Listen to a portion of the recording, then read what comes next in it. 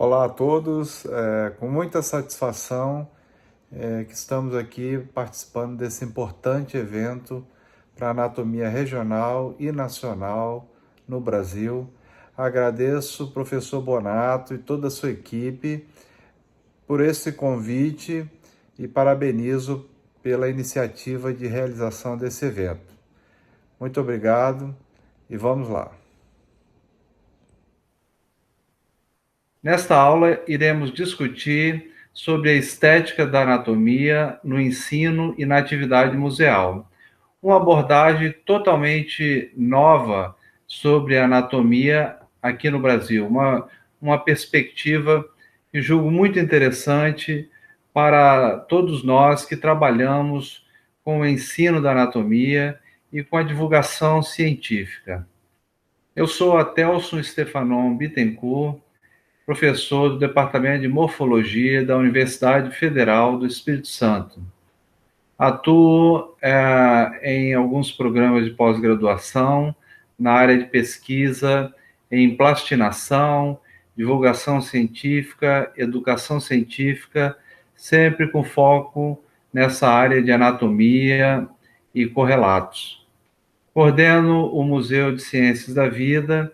É um programa de interesse institucional, um programa de extensão de interesse institucional da Pró-Reitoria de Extensão da UFES. Muito bem. Para a gente começar essa discussão, é interessante a gente retomar, né, alguns conceitos e ideias que eu julgo importantes sobre museus, né? Onde se deu a origem do museu, dos museus de uma forma geral, né? Ela se deu no hábito humano do colecionismo, que nasce com a própria humanidade. É inerente ao ser humano a prática de colecionar e preservar, né? Isso é uma característica que a gente observa nas pessoas de uma forma geral, né? O Gabinete das Curiosidades, que surge lá no século XVI, XVII, ele é considerado o embrião do museu como o qual a gente conhece atualmente. Então, esse aqui é uma figura que representa esses gabinetes que surgiram naquela época, né? Então, imagina que naquela época as navegações estavam se expandindo, se espalhando pelo mundo, e os europeus encontravam muitas coisas curiosas, diferentes daquilo que eles estavam acostumados a conhecer e a ver, e traziam para a Europa e começaram a organizar isso em salas para que aqueles que eram mais dotados de poder e recursos pudessem contemplar. Era simplesmente um trabalho de colecionismo, né? Ainda no século XVII, né, se prolifera as galerias palacianas, né? E Florença, que é o berço do Renascimento, né, é um bom exemplo para a gente falar sobre isso. Essa galeria, Uffizi, ela que está em Florença desde 1580, quando foi finalizada sua obra, até hoje em pleno funcionamento, onde se encontram obras importantíssimas e milenares, né? Como essa aqui, O Nascimento de Vênus, de Sandro Botticelli. Também as sociedades e academias científicas, elas surgem ali no século XVII, promovendo o conhecimento, a ciência, né? Ainda nesse século se consolidou o museu mais ou menos como atualmente o conhecemos. Então, o primeiro dos museus modernos, universitário, com o objetivo de educar, ele foi fundado por Elias Asmol, em 1683, em Oxford, e ainda está em funcionamento. Já no século XVIII, por iniciativa de governos, surgem vários museus pela Europa, né, como o Museu Britânico, aberto em Londres em 1753. E também o conhecido Louvre, né, no século XVIII, inaugurado em 1793, e que está lindo e formoso. No século XIX, os museus continuam sua transformação. A Alemanha e Suíça iniciam uma tendência de abandono do colecionismo, né? Aquela prática simplesmente de organizar coisas antigas e curiosas, e introduzem experimentos de exibição sistematizada e diversificação dos temas abordados. Isso é uma importante inovação que os museus ganham. Surgem, então, as feiras e exposições universitárias, que é uma outra atividade importante para a divulgação do conhecimento, né? Em meados do século XX, os museus eles passam por uma crise conceitual e criticados são considerados espécies em extinção, daquela forma como se apresentavam. Na contemporaneidade, né, então, após algum retrocesso e reformulação conceitual, os museus ganham novo impulso a partir da década de 70, 80. Então, de instituições elitistas, colonizadoras e autoritárias, devotadas exclusivamente à preservação e comunicação de objetos e coleções, os museus têm assumido a responsabilidade por ideais e problemas sociais, dito por Cristiana Bruno.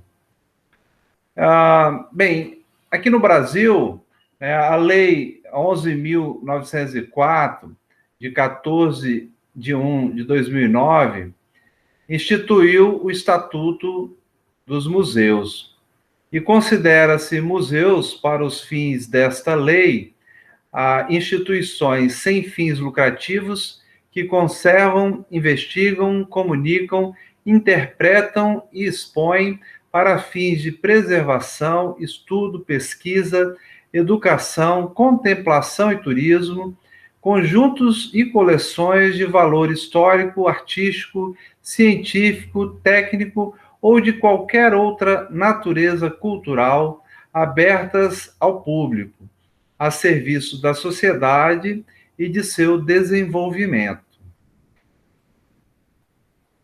O Instituto Brasileiro de Museus é um órgão público federal que foi criado nesse contexto dessa regulamentação dos museus, da atividade museal no Brasil, e é o órgão que é responsável por estimular e regulamentar essas ações, né, museais.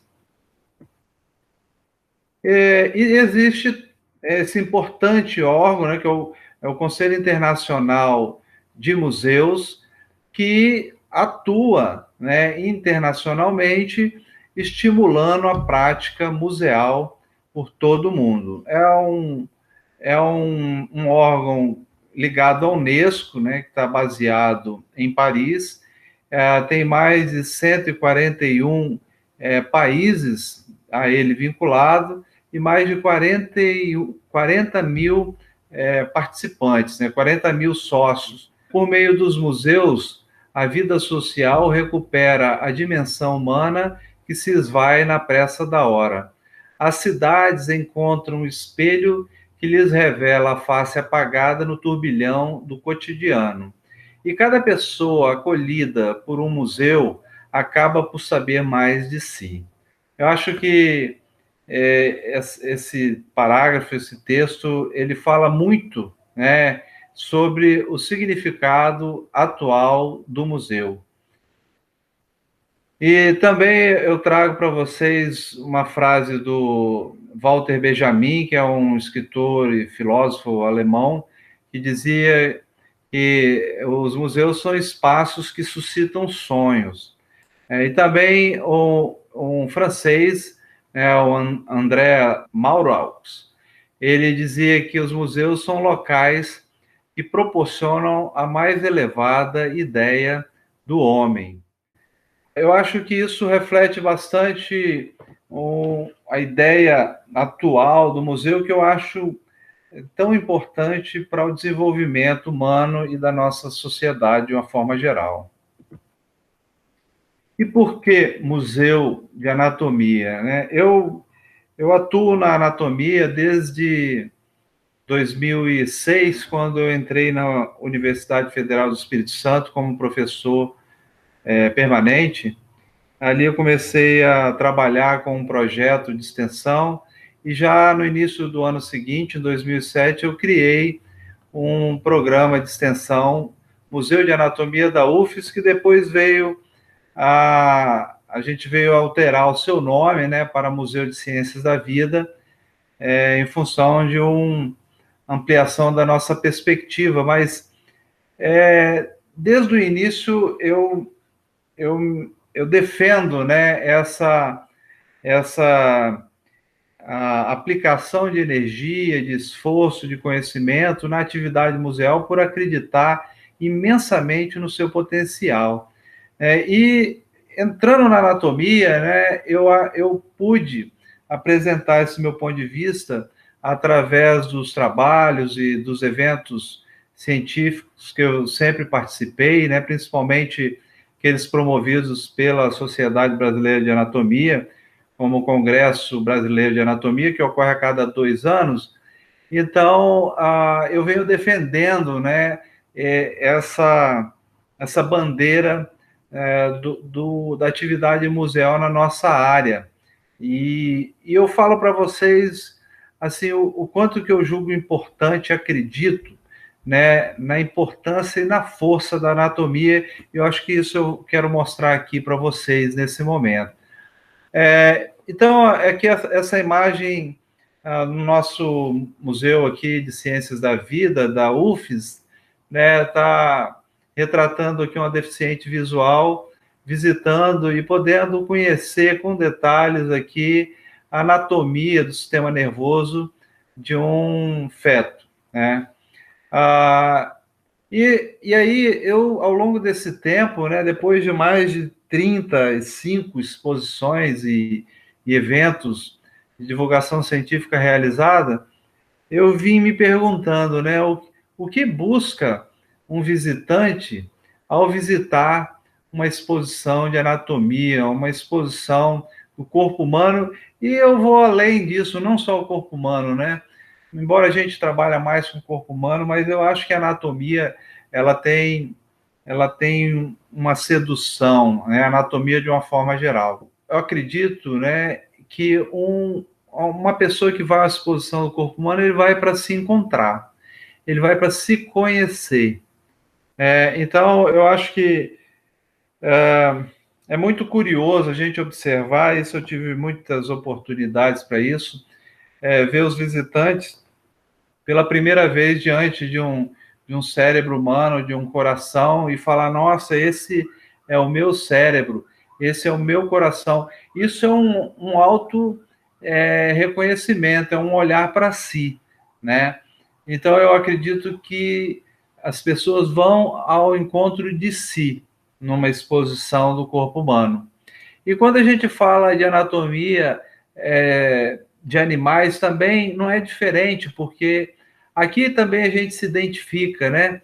Porque o cachorro tem um comportamento e a gente sempre está fazendo a relação com nós humanos, a própria musculatura, né? Se a gente for olhar numa perspectiva apenas filosófica, é assim, mas também se você for olhar do ponto de vista científico, também a gente estabelece comparações, estruturas musculares, anatomia comparada, e é muito fantástico a gente descobrir a anatomia, porque ela é sedutora, porque ela é tridimensional. A anatomia é isso. A anatomia, ela é algo que te encanta, te envolve, porque ela é algo tridimensional. Ela provoca uma percepção no nosso cérebro totalmente diferente de olhar uma imagem, por mais bonito que seja. é uma experiência diferente, né? De você girar em torno de uma peça anatômica e ver por várias perspectivas aquilo que normalmente a gente não vê olhando para um corpo íntegro, né? Então, para mim, a anatomia tem essa sedução. Eu acho que a arte de fazer anatomia para o público, ele desfaz o preconceito, né? E qual preconceito eu me refiro, né? Imagina que o corpo humano, né, por milênios, o corpo humano teve preso na academia, né? O von Hagas, Gunther von Hagas é o criador, é um médico alemão, criador dessa técnica de plastinação, né, que a gente até vai comentar mais aqui. Ele diz que a plastinação democratiza a anatomia. E eu concordo plenamente com ele, porque, como eu disse, né, por milênios, a anatomia esteve oculta na academia, né? Quem tinha acesso ao conhecimento anatômico, né? Apenas aqueles que tinham acesso à academia, né? O Leonardo da Vinci, o símbolo do Renascimento, né?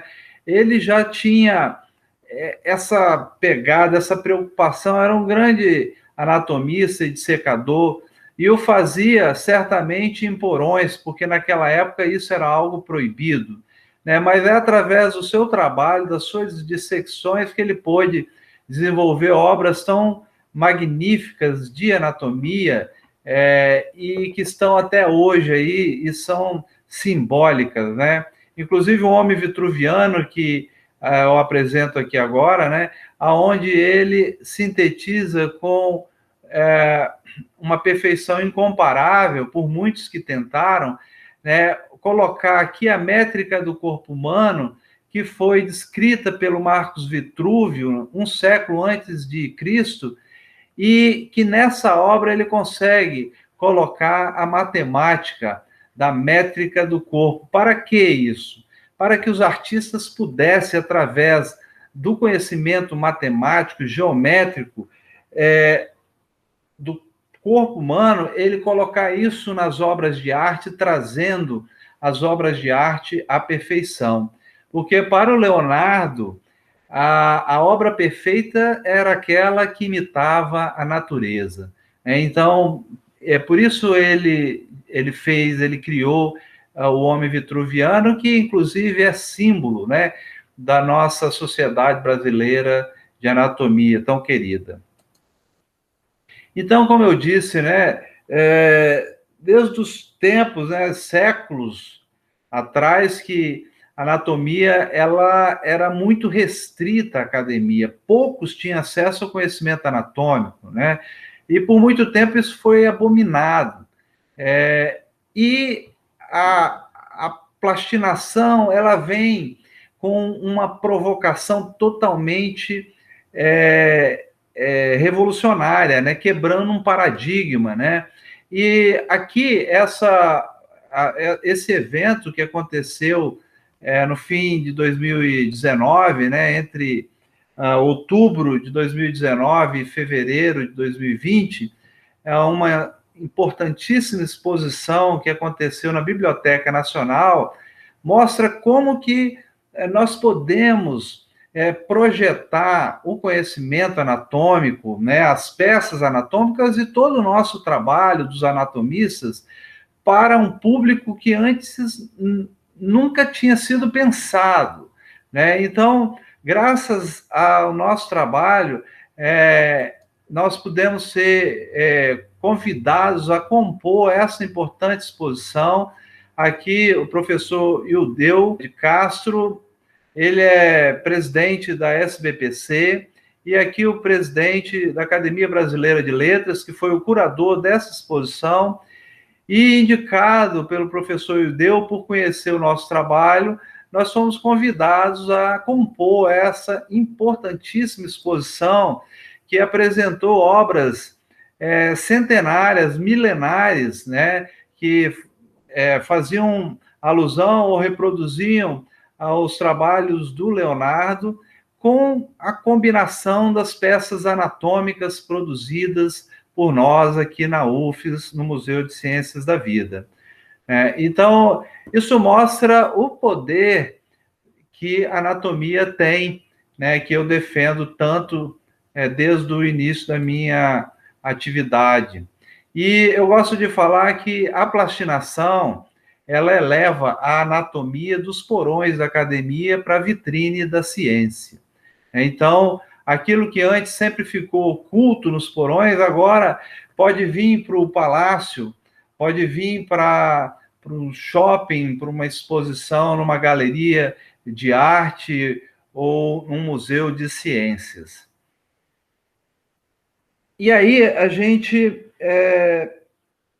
puxa, né, essa questão da estética, né, porque a estética ela está em tudo, né, e ela é importantíssima, nós precisamos estar atento a isso, né. E aí eu gostaria de trazer para vocês aqui umas reflexões sobre, reflexões conceituais sobre o tema, né. A palavra estética vem do grego aesthesis, que significa sensação, sentimento. A estética analisa o complexo das sensações e dos sentimentos, investiga sua integração nas atividades físicas e mentais do homem, debruçando-se sobre as produções artísticas ou não da sensibilidade, com o fim de determinar suas relações com o conhecimento, a razão e a ética. Uma outra reflexão, né, diz que consideramos que perceber é um fenômeno composto de estados. Ao travar-se um estado inicial de relação com a coisa percebida, já estamos experimentando este fenômeno. Os demais estados de sentimento e conscientização precedem o juízo sobre o fenômeno. Todavia, o juízo em si se refere a um novo fenômeno perceptivo sobre o acontecimento da percepção recém-ocorrida. Assim, pois, a infinita semiose aí existente assenta-se claramente nos processos biológicos. Eu acho muito interessante essa reflexão e importante que a gente entenda esses conceitos e essas discussões. Também entendemos como certo que a memória é fundamental na resolução da percepção. É com ela que localizamos os depósitos pulverizados de informação que apreendemos com o nosso estar no mundo, respeitando-se toda a influência do inconsciente genômico, instruções do DNA, e do inconsciente cognitivo, ocorrido abaixo da consciência, como propõe o Antônio Damasio. Esse conjunto, associado ao nosso estado biopsíquico, físico, químico, opera condições para que a percepção se dê de forma irrepetível sobre cada micro, nano, pico, instante vivenciado.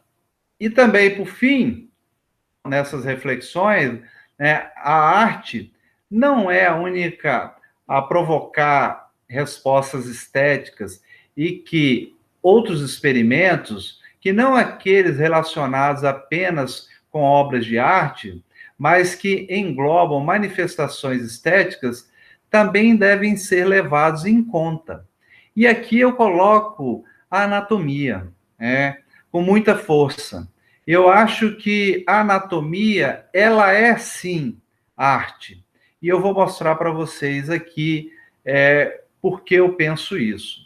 Então, eu trouxe aqui alguns exemplos, né, de obras produzidas por artistas, né, obras que se remetem a anatomia, né, mas produzida por artista, não por anatomista. Do ponto de vista anatômico, não considero esta peça uma peça esteticamente, para mim, agradável, né? Mas a arte é algo que é complicado de questionarmos, né? Porque depende da perspectiva e da proposição do artista. Aqui eu apresento a vocês uma peça produzida por nós aqui, que agora se encontra plastinada. É uma cabeça de anta dissecada, aonde uma série de estruturas foram preparadas para evidenciar aquilo que está que não está visível a olho nu numa peça natural, né?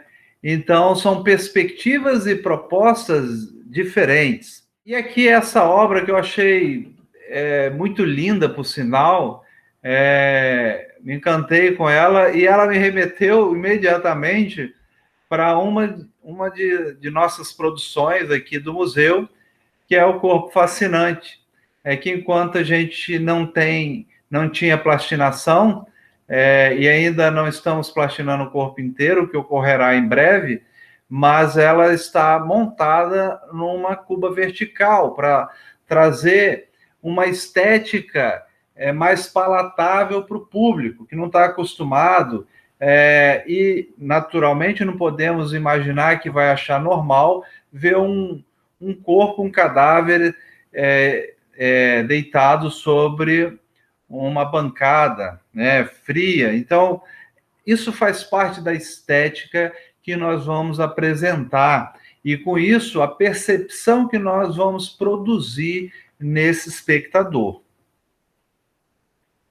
E aí, comparando, né, novamente, eu trago a vocês alguns comparativos, até de material que sofreu a nossa intervenção. Então, quando eu assumi um projeto aqui na universidade, eu herdei, assim, né, falando aqui como coordenador do projeto, uma série de peças que estavam, de certa forma, sem manutenção por muito tempo, né, se encontrando dessa forma. Imagina a gente apresentando algo assim para um público que nós queremos que conheça e admire a anatomia, né? Então, qual é a perspectiva que a gente consegue? Qual é a experiência que a gente pode proporcionar, né, com uma peça, com essa estética ou com essa da direita, né? Certamente algo muito diferente, né? Aqui um outro exemplo, né? Agora plastinado, né? Essas peças, né, como a anterior também. Aqui um feto anencéfalo, né? Já com idade de nascimento, né? A termo, e agora ele plastinado. Então, o que eu chamo a atenção aqui, né? O que nós podemos observar e analisar a partir da estética dessas duas peças, né?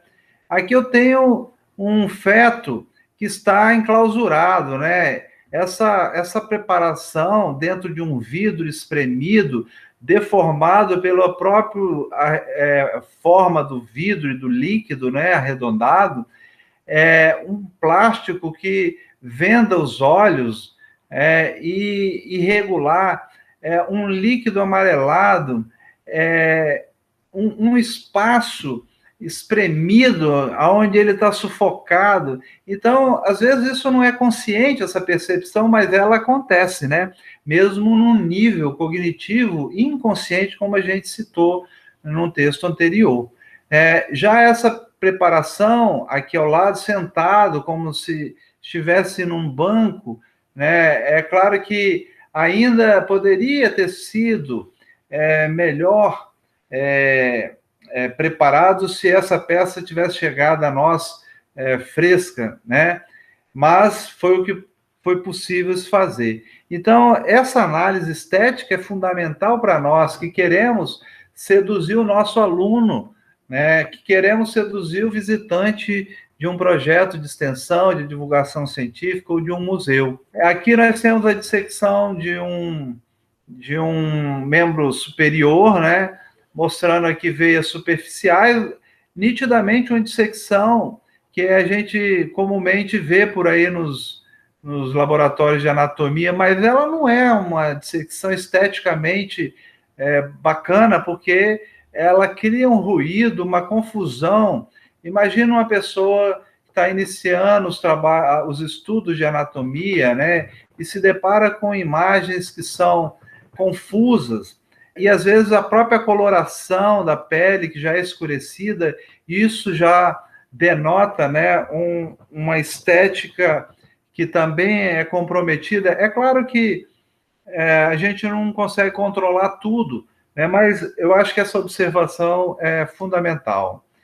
E aqui o cuidado de fazer uma dissecção mais perfeita possível, seja ela para aula no anatômico, ou seja ela para uma exibição no museu, eu acho que nós temos que trabalhar com o melhor que é possível para nós. Exigir do nosso aluno e orientá-lo para que ele faça uma dissecção melhor possível.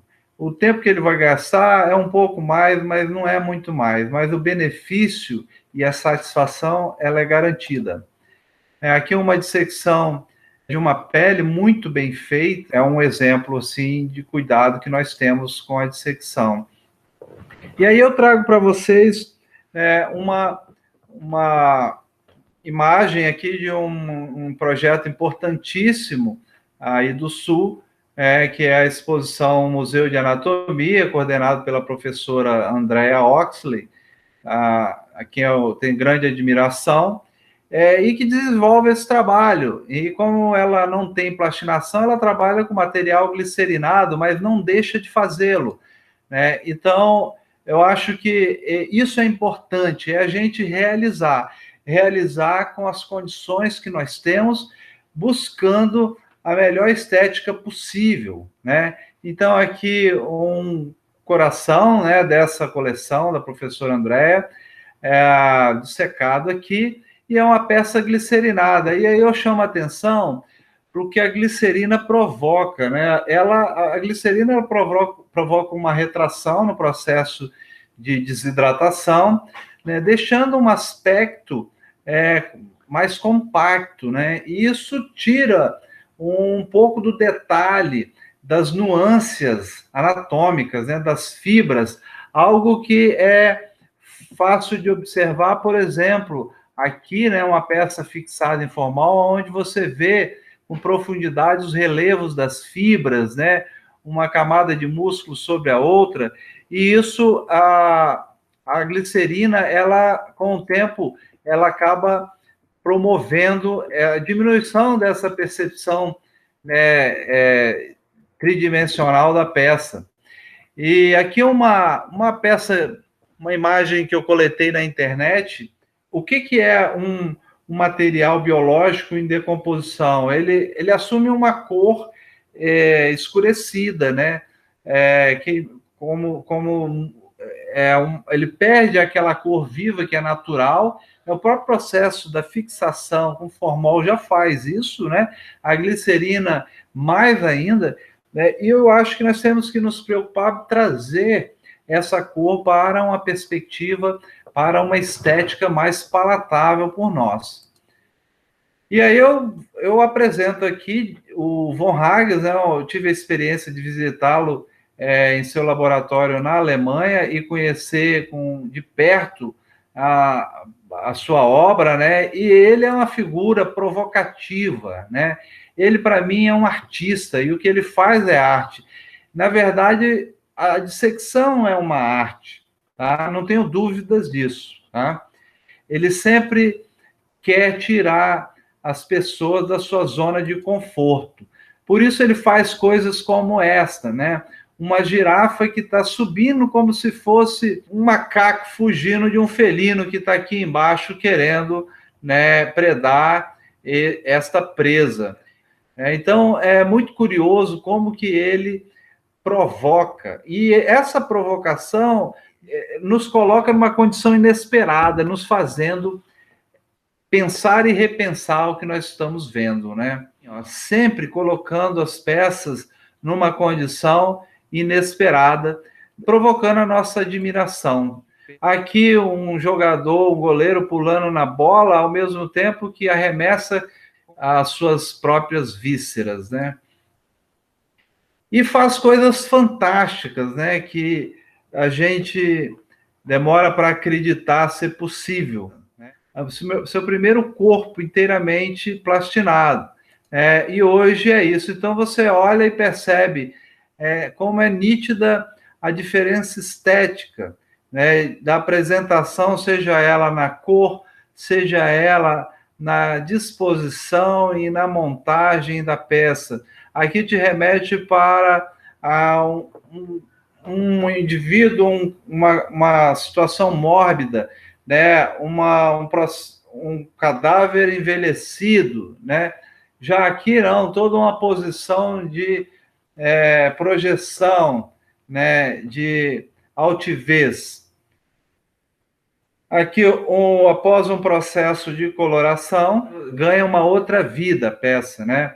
Aqui, numa visita também que eu tive a oportunidade de estar na China e ver, né, como o processo é antes, né, da pintura e após a pintura. E aqui é uma pesquisa de nosso laboratório, né? Já a professora Fabiola, ela é uma artista e professora da nossa universidade e está desenvolvendo doutorado, orientado por mim, num programa de pós-graduação lá da USP, de São Paulo, e o projeto dela vai ser o desenvolvimento de um protocolo, né, em material para a pintura de peças plastinadas, para trazer esse realismo.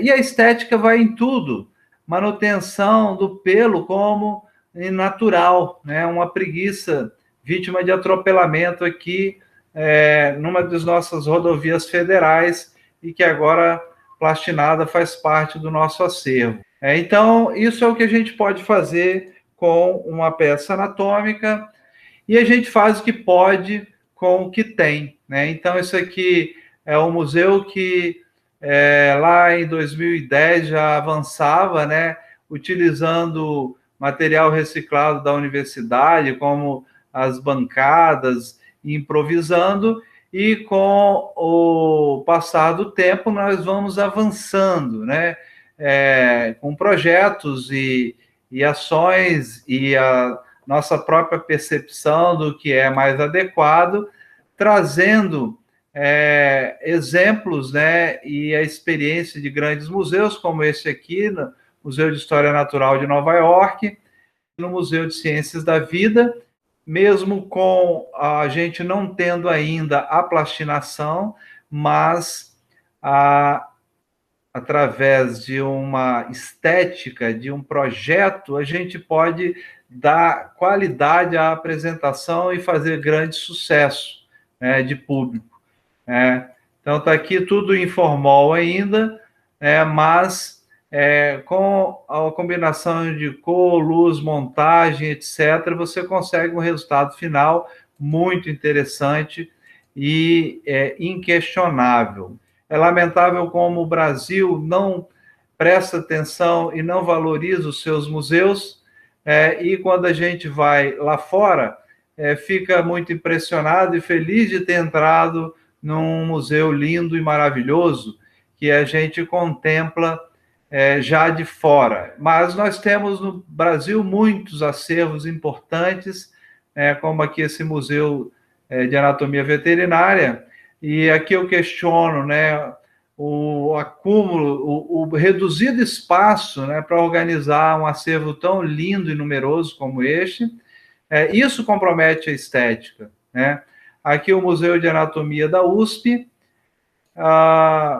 que já avançou desse formato, né, que lembrava um colecionismo, simplesmente, né? Então você vê uma diferença estética importante na apresentação. E aqui trago também uns exemplos da China, né, de um grande museu, o maior museu de plastinados do mundo, e o que pode ser feito. E o cuidado com a estética de todos os detalhes, a iluminação, e a preocupação com a arquitetura, que então o conteúdo que está dentro é muito importante, mas você é seduzido já pelo lado de fora. Então, aqui a Ciudad de las Artes e de la Ciência, na Espanha, é um outro lugar que eu também tive a felicidade de conhecer, e é um fascínio só estar aqui visualizando essa imagem. Você quer ficar parado aqui, é uma coisa muito impressionante. E eu volto, né, para o início do nosso trabalho, quando a gente começou numa simples sala de aula, né, compartilhada, mas nem por isso deixávamos de fazer resultado e trazer as crianças, criando perspectiva de futuro e sonhos, e mostrando aos alunos que trabalharam no projeto o que é cidadania, o que é construir algo. Então, esses são médicos já formados, especialistas que ajudaram no início de tudo.